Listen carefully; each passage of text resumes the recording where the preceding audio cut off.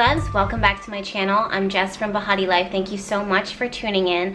This is your Astro, Tarot, and Intuitive forecast for the week of July 16th, 2018. So this week we are definitely coming off of the energy of last week's Cancer eclipse. The first thing before I dive into the details of what I see for this week, I really want to make a note and to share this message with you because I feel like I have to say it. It's not provoked by any comment or anything anyone has said or done, but it's just what I'm feeling right now. And I almost feel like people, a person, someone is kind of sitting there scratching their head when it comes to this Cancer eclipse and waiting to see what was going to unfold and manifest in their lives. And the first thing that I really want you to hear right now in this moment is that sometimes it's not of what happens to you, but it's what you do with that energy. The other thing about Cancer is that it's very much connected to feelings, intuition, and vibration. So sometimes what you're going to see with an eclipse like this, with a new moon eclipse, is a change in your vibration, a change in your energy, a change in your feelings. And that is a shift. That is what it is that you've been waiting for, not even realizing that that is what it is that you've been waiting for. And why is that? Well, because most of our change that can happen in our lives comes from within. And we can't have an actual physical change in our environment if we're not in a space energetically where we're able to receive it. Now, keep in mind that Jupiter only just recently went direct just last week, and the energy is still beginning to pour in. It's almost like a rumble on the ground that we know that something is there on the distance in the horizon. The thing that I see this week for the most part is a lot of connection to karma and healing past life issues. But when I say that, I really want to be hesitant because I still want you guys to live your day-to-day life. So when I'm seeing this connection to past lives and, your experience here on Earth, I really want you to strive for your best every single day. But also keep in mind that there are certain habits and certain triggers that will manifest themselves and these repeating patterns that will reveal themselves and make themselves known to you. Now back to what it was that I was originally saying, that I don't want people to get so hyper consumed with healing these past life issues and diving into past life regressions, or focusing so much on the other, like the signs, the symbols, that they're ignoring what is happening here in the now. The biggest lesson that you'll experience in this life is by actually being in the moment and by being in your environment and watching how your vibration changes and your feelings change based upon certain things, certain people, certain circumstances.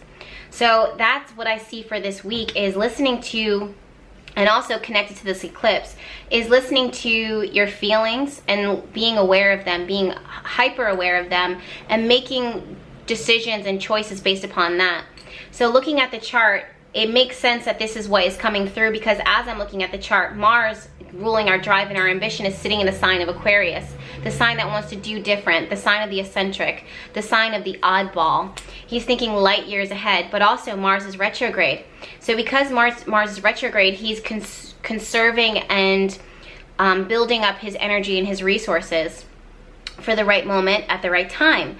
The other thing that I see is that this week Mars will sit directly opposite of the natal node. The natal node is what you are striving for in this life.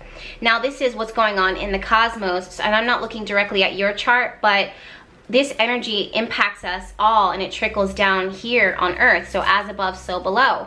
But what happens is that as our energy is kind of going inward and going internally, it needs to, restore is the word that it is that I want to use to describe it. There's almost an impulse, almost a gut reaction, an easy reaction. So it's almost like a habit to kind of fall into old ways. It's very easy to fall into old ways. In this case, again, Mars being retrograde wants you to reevaluate how you've done things, and your motivation and your drive, your desires. And it says, I want you to check yourself before you wreck yourself, and I need you to try to do differently this time. And it's so important that Mars is sitting directly opposite of the natal node, because that's where the struggle comes from. The natal node falls in the sign of Leo, which is all about expression. Not only just expression for the sake of just being in your face, but moving from your heart. And sitting directly opposite of that, since Mars is directly opposite of the natal node, it's sitting directly conjunct the south node. It's where we're coming from. It's what we've been through. So it's very easy to do what is become accustomed to us, but you have to really look at what has been happening and what I've allowed in my life, or what I've allowed to come into my life, or how I do things. Has it really honestly worked for me? And if it's not, then it really truly is time for you to do different, or to at least take a pause, take a breather, and let these opportunities, whether it be a text message from someone that you know you shouldn't be texting, for a job that doesn't serve your highest and greatest purpose, but you're just picking up on it because your root chakra issues need to be healed. I mean, there's so many things. Insert fill in the blank here. But ultimately what I see is you just sometimes allowing certain things to just pass you by. And watch your feelings, watch your vibration, watch how it changes. Instantly, sometimes it can be like a panic, or it can be heartache, or it can be suffering, because you are forcing yourself, or you're being placed in a space where the energy is new. And because it's new, you might have fear, you might have sadness, because there's certain things that you have to let go of. Especially with Jupiter going direct now. Jupiter wants you to have the space open for all that it wants to give you. If you come in carrying all these boxes from the months, the years, and lifetimes before, carrying all these heavy weight in these boxes, Jupiter says, well, I don't have anywhere to put this gift for you. And now that I'm direct, and now that I actually have something to give to you, I need you to put those boxes down and walk away from it and let go. So keep in mind that letting some things pass you by is actually perfect. It's everything that you've been needing to do, not even realizing that it is that you needed to do it. The other thing that I see in the skies this week is the fact that Venus, ruling our relationships, love, and beauty and aesthetic, is still moving through the sign of Virgo, which is paying attention to the smaller details and perfecting. And in a lot of ways, for many people, what I saw last week is this issue of hyper focus on imperfections.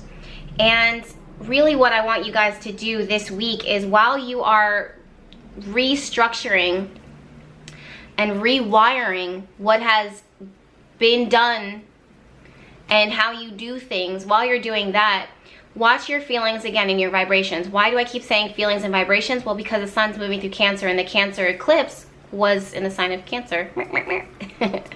So Cancer is all about listening and watching the environment. If you think about a crab that's in the water, it kind of has its hands out and its claws out, because it's watching as the waves kind of move around it. And it's very hyper focused because it's watching for vibrations. It's watching to see where there's a threat or where there's opportunity. And when there's opportunity, it clamps onto it. And when there's a threat, it goes into its shell and it gets the hell out of there. So that's why I'm saying listen to your vibrations and your feelings, because there's things that are going on in your environment. And that brings me back to my first message that I wanted to say from you from the start, is that sometimes it's not an obvious, blatant, in-your-face change, but it's an internal shift that is happening, and that's what I'm seeing for a lot of you guys.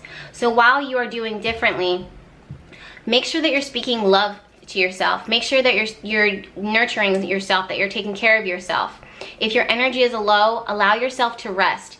I can't tell you that how many tweets and text messages, emails, and comments and DMs I've received lately where people were like, Jess, Mercury's about to go retrograde, this beats me up. Or Jess, Saturn and Pluto going retrograde and Mars going retrograde is beating me up. And I'm just like, you know why? Because you're not following your vibes. You're not following the energy of the planets. The energy of the planets is revealing to you exactly what it is that you need to do. And if you're getting beat up, it's because you are trying and you're doing way too much. You need to take a step back, and you need to allow the universe to do what it is that it's ultimately going to do anyways, whether you allow it or not, especially when we're working with power planets such as Saturn and Pluto. And then when you factor in Mars, which is like, go sit down. Go sit down. This is not the time for you to get on the field and to start kicking the ball around. Go sit down. You need to drink water, because when we need you to hit the ball into the goal, you're going to be exhausted, you're going to be dehydrated, and you're going to be no good for no one, and definitely not for yourself. So in this case, Mars being retrograde and haven't been retrograde says, I need you to go sit down on the bench and go rehydrate and take care of yourself. Listen to your body. If there's something that's off, if there's something that feels weird, if there's something that feels wonky, it's the energy of the planets telling you that this is not something that you need to walk into anymore. Let it go. I've had to make some cuts in my own personal life because I listened to my vibration, and honestly, I'm like, this doesn't serve me. This isn't what I want. And yes, in the moment, it's difficult to say no and to let that opportunity pass by.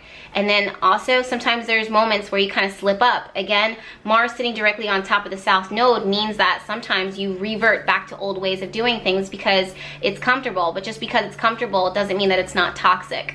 So what we're going to be doing now is doing differently and following and honoring our feelings and honoring our intuition and honoring our vibrations.